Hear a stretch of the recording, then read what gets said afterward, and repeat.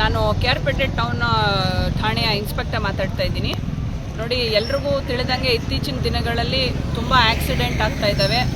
ಜನರು ಯಾರೂ ಕೂಡ ತಮ್ಮ ಸುರಕ್ಷತೆ ಬಗ್ಗೆ ಕ್ರಮಗಳನ್ನ ವಹಿಸ್ತಾ ಇಲ್ಲ. ನಮ್ಮಲ್ಲಿ ನಮ್ಮ ಪೊಲೀಸ್ ಇಲಾಖೆಯಿಂದ ಮತ್ತು ಕರ್ನಾಟಕ ರಾಜ್ಯ ಸರ್ಕಾರದಿಂದ ಹಲವಾರು ನಿಯಮಗಳು ಜಾರಿಯಾಗಿದ್ದಾವೆ ರಸ್ತೆ ಸುರಕ್ಷತಾ ಸಪ್ತಾಹ ಸಂಬಂಧ. ನಾವು KRಪೇಟೆ ಜನರಲ್ಲಿ ಮನವಿ ಮಾಡೋದೇನು ಅಂದರೆ, ದಯವಿಟ್ಟು ಎಲ್ಲರೂ ಕೂಡ ಹೆಲ್ಮೆಟ್ ಹಾಕ್ಕೊಂಡು ವಾಹನವನ್ನು ಚಾಲನೆ ಮಾಡಿ. ಹೆಲ್ಮೆಟ್ ಹಾಕೋದ್ರಿಂದ ನಿಮ್ಮ ಜೀವ ಬಹಳ ಅತಿ ಅಮೂಲ್ಯವಾದಂತಹದ್ದು. ಅದನ್ನು ನೀವು ಉಳಿಸ್ಕೋಬೋದು, ಕಾಪಾಡ್ಕೋಬೋದು. ಮತ್ತು ತಲೆಗೇನಾದರೂ ಇಂಜುರಿ ಆದರೆ ಅದು ಭಾಳ ವಲ್ನರಬಲ್ ಏರಿಯಾ ಇರುತ್ತೆ ಮತ್ತು ಅದನ್ನು ಜಾಸ್ತಿ ಯಾರೂ ಕೂಡ ಟ್ರೀಟ್ ಮಾಡೋಕ್ಕಾಗೋದಿಲ್ಲ. ಹಾಗಾಗಿ ನಾವು ಎಲ್ಲರಲ್ಲೂ ಮನವಿ ಮಾಡೋದೇನು ಅಂತಂದರೆ, ಹೆಲ್ಮೆಟ್ ಹಾಕ್ಕೊಂಡು ಚಾಲನೆ ಮಾಡಿ. ಮೊಬೈಲ್ ಯೂಸ್ ಮಾಡ್ತಾ ಚಾಲನೆ ಮಾಡಬೇಡಿ ಗಾಡಿಗಳನ್ನ. ಮತ್ತು ಮಕ್ಕಳಿಗೆ ಯಾರೂ ಕೂಡ ಗಾಡಿಗಳನ್ನ ಚಾಲನೆ ಮಾಡೋಕ್ಕೆ ಕೊಡಬೇಡಿ.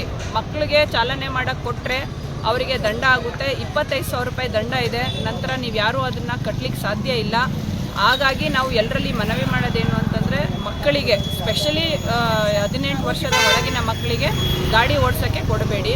ಇನ್ಮೇಲಿಂದ ಮೊದಲಿಂದನೂ ಕೂಡ ನಾವು ಹೇಳಿದ್ದೀವಿ, KRಪೇಟೆನಲ್ಲಿ ಹೆಲ್ಮೆಟ್ಟು ಕಡ್ಡಾಯವಾಗಿ ಹಾಕಲೇಬೇಕು ಅಂತ. ನಾವು ಈ ರಸ್ತೆ ಸುರಕ್ಷತಾ ಸಪ್ತಾಹ ವತಿಯಿಂದ ನಾವು ಎಲ್ರಿಗೂ ಹೇಳೋದೇನು ಅಂದರೆ, ಇನ್ನು ಮುಂದೆ ಎಲ್ಲರೂ ಕಡ್ಡಾಯವಾಗಿ ಹೆಲ್ಮೆಟ್ ಹಾಕಿ. ಯಾರು ಹೆಲ್ಮೆಟ್ ಹಾಕಲ್ವೋ ಅವರಿಗೆ ನಿಯಮಾನುಸಾರ ನಾವು ದಂಡನ ವಿಧಿಸ್ತಾ ಇದ್ದೀವಿ. ಈಗಾಗಲೇ ನಾವು ಸುಮಾರು 1 ವಾರದಿಂದ ಅದನ್ನು ಚಾಲನೆ ಮಾಡಿದ್ದೀವಿ.